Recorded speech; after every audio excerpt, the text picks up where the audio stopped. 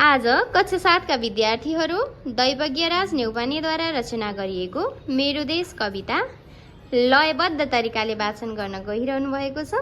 उहाँहरूको कविता कस्तो लाग्छ सबैजनाले सुनेर प्रतिक्रिया दिनुहोला। ल सुरु गर्नुस् त।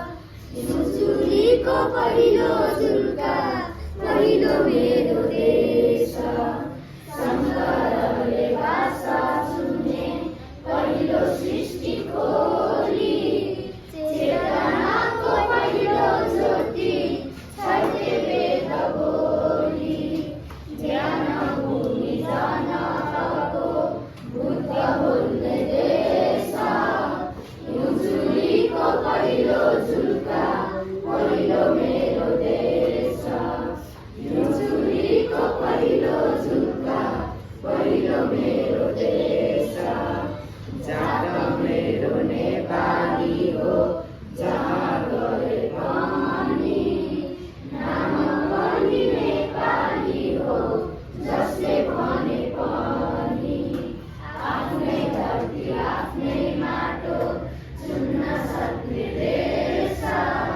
हिउँझुलीको पहिलो झुल्का पहिलो मेरो देश हिउँझुलीको पहिलो झुल्का पहिलो मेरो देश उँभो हेर्दा एकै एक उँभो हेर्दा बेसी जति हेऱ्यो त्यति चित्त छैन काम बेसी पहाड तराईले प्रीति रच्ने देश हिउँझुलीको पहिलो झुल्का पहिलो मेरो देश हिउँझुलीको पहिलो झुल्का पहिलो मेरो देश ढुङ्गा माटो बोल्छन् यहाँ पशु पक्षी बोल्छन् ढाडै हाँस ढाडै काल नदी नाला बोल्छन्